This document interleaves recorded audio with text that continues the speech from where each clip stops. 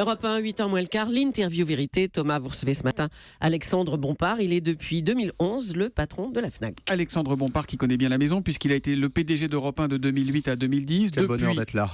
C'est donc la FNAC, bonjour. Bonjour. La FNAC qui vient d'annoncer un chiffre d'affaires stable en 2015 et un résultat net en hausse de près de 17%. Alors Alexandre Bompard, dimanche, comme je savais quand vous avez invité, j'ai pris mon petit scooter et je suis allé faire un tour des FNAC parisiennes. La FNAC Montparnasse fermée, la FNAC des Ternes fermée, la FNAC Saint-Lazare fermée, la FNAC des Halles fermée, la FNAC Beaugrenelle fermée. Après je suis venu bosser et j'ai vu que celle des Champs était ouverte tout près d'Europe 1. Est-ce que ça vous pose un problème, Alexandre Bompard ? Alors d'abord, en effet, nous donnons nos résultats aujourd'hui. On est très heureux. Tous les indicateurs sont en vert. C'est la 3e année consécutive. Ça montre que c'est solide, robuste et ça fait très plaisir aux équipes qui mènent la transformation de l'entreprise. Le dimanche, on se bagarre pourquoi ? On se bagarre pour l'ouverture dans un certain nombre de zones parce qu'on a des concurrents sur Internet qui sont ouverts, Amazon au premier rang desquels. On a des clients comme vous qui prennent leur scooter et qui ont envie de vivre la culture et de consommer la culture. Et on a des salariés qui, dès lors qu'il y a des conditions, des contreparties, souhaitent ouvrir. On a passé un accord d'entreprise il y a quelques semaines qui est l'accord le plus avantageux qui existe sur le marché. Triplement de salaire, 12 dimanches par mois. Et doublement le les 40 reste, autres. frais de garde et frais de transport, volontariat exprimé 3 fois. C'est un accord extrêmement avantageux et les syndicats d'ailleurs ont participé très activement à leur élaboration. Qu'est-ce que j'essaye de faire maintenant ? Une partie des syndicats a dit oui et l'autre, comme la loi le permet, a mis son veto. Voilà pourquoi c'est pas ouvert aujourd'hui. En fait, ils n'ont pas encore mis leur veto et on espère qu'ils ne le mettent pas. On a signé un accord d'entreprise, maintenant on est en train de consulter magasin par magasin et l'objectif c'est quoi ? C'est que cet accord entre en vigueur. D'une part, pour que les FNAC où vous êtes allés et les autres soient ouvertes, et pour que les salariés, nos salariés qui travaillent le dimanche, bénéficient des conditions extraordinairement avantageuses de cet accord-là. Moi, je crois toujours à l'intelligence et à la responsabilité collective. Mais est-ce que ça veut dire, j'entends votre discours de patron, il ne faut pas fâcher les syndicats avec qui vous négociez, mais est-ce que cette loi sur l'ouverture du dimanche est mal ficelée, Alexandre Bompard ? J'ai pas découvert les consultations actuelles pour savoir que ça serait difficile d'obtenir à la FNAC un accord et de le faire avaliser par tout le monde. On est arrivé à signer un accord. Ça veut dire qu'il y a des syndicats qui sont engagés et on sait que c'est pas facile pour tous les syndicats de s'engager sur cette question. Maintenant, on a des syndicats qui ont l'air opposés et qui veulent utiliser leur droit de veto. Moi, j'essaye de leur dire allez, vous avez discuté, nous avons élaboré un beau texte. Maintenant, laissez les salariés choisir. Il y en a qui choisiront de travailler. Il y en a d'autres, évidemment, qui se diront non pour des raisons d'organisation personnelle. Je préfère ne pas travailler. Mais moi, je crois vraiment que le dialogue, l'esprit de responsabilité, l'intelligence collective, ça doit prévaloir sur un sujet comme ça. Alors là, on est en plein dans l'actualité puisque Myriam El Khomri, dans le projet de loi qu'elle veut présenter le 9 mars pour réformer le Code du travail, prévoit justement de pouvoir contourner les syndicats. C'est pas dit comme ça, évidemment, mais en passant par le référendum directement auprès des salariés quand il y a un blocage. Est-ce que ça, c'est une bonne mesure pour vous ? Est-ce que ça peut permettre d'avancer sur des sujets comme ça ?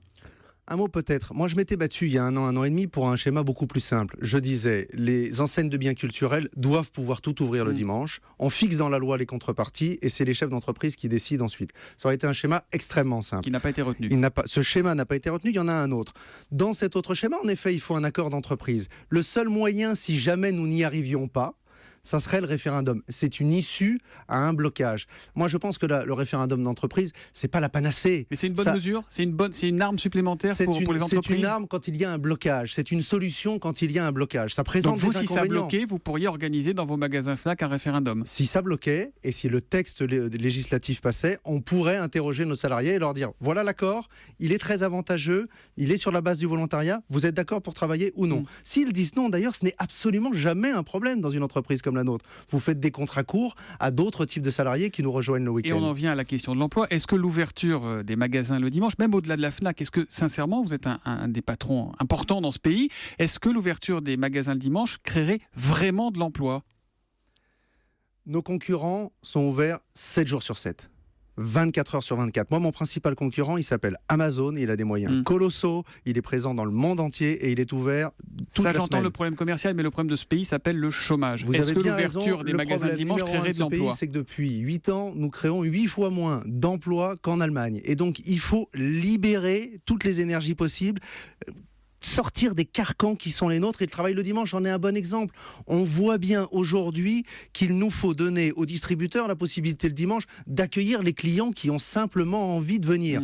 Dès lors que, et c'est ce que nous avons fait, il y a des contreparties qui sont données aux salariés. Vous C'est l'avez essentiel expliqué. ce point-là. Donc il faut déverrouiller le système. C'est ce que semble vouloir faire Myriam El Khomri dans son projet de loi. On en connaît les grandes lignes depuis ce matin. Licenciement économique facilité, une augmentation du temps de travail, des indemnités plafonnées au prud'homme en cas de licenciement abusif à 15 voire à 9 mois de salaire. C'est ce que vous attendez ? Est-ce que ça changerait vraiment la donne, ça ?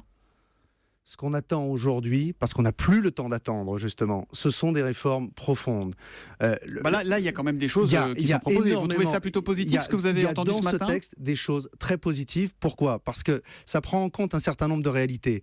Il faut redonner la possibilité de dialoguer à l'intérieur de l'entreprise. Il faut alléger ce code du travail. Il faut avoir confiance dans la capacité du chef d'entreprise avec ses salariés de bâtir des accords gagnants pour l'entreprise, gagnants pour le salarié. Gagnant pour le salarié, c'est intéressant parce qu'on a quand même l'impression que l'avenir pour les salariés et plus généralement pour ceux qui travaillent, pas forcément dans le salariat, c'est forcément plus de précarité, moins d'argent gagné, bref, une vie plus dure. Je vous le disais il y a une minute, on crée 8 fois moins d'emplois en France qu'en Allemagne depuis 10 ans. C'est ça le sujet majeur pour notre pays. Notre sujet majeur, c'est de réduire le chômage par la création d'emplois. Et pour ça, il faut redonner la possibilité aux chefs d'entreprise d'embaucher avec confiance, de savoir que si jamais ça ne va pas demain, il aura la possibilité d'abaisser ses effectifs sans que ce soit un drame. Parce que, encore une fois, ce qu'il nous faut aujourd'hui créer, c'est les conditions pour que les chefs d'entreprise aient confiance dans le fait d'embaucher. C'est ça le sujet numéro 1 de ce pays. Revenons à la FNAC qui est donc ouverte le jeudi. On le disait, Alexandre Bompard, vos résultats sont bons pour 2015. Les voyants sont au vert, c'est la 3e année de suite. Est-ce que les ventes ont malgré tout été impactées par les attentats ? Oui, il y a eu un effet attentat. En gros, pendant 2 semaines, la consommation s'est écroulée dans tous les domaines, partout. Et puis elle a repris normalement en décembre, presque partout, sauf à Paris, où le trafic de nos magasins a été très affecté. Ça ne nous a pas empêché de stabiliser notre chiffre d'affaires sur l'année. Mais bien évidemment, il y a eu un choc de consommation lié aux attentats. Il y a un grand projet en cours dans votre groupe, c'est le rachat de Darty. Vous avez une date ou pas ? C'est entre les mains de l'autorité de la concurrence, là ? Vous savez quand ça se fera ? On suit le calendrier qu'on avait annoncé. On a notifié notre opération à l'autorité de la concurrence hier. Et maintenant, l'autorité de la concurrence a quelques mois pour instruire et prendre sa décision.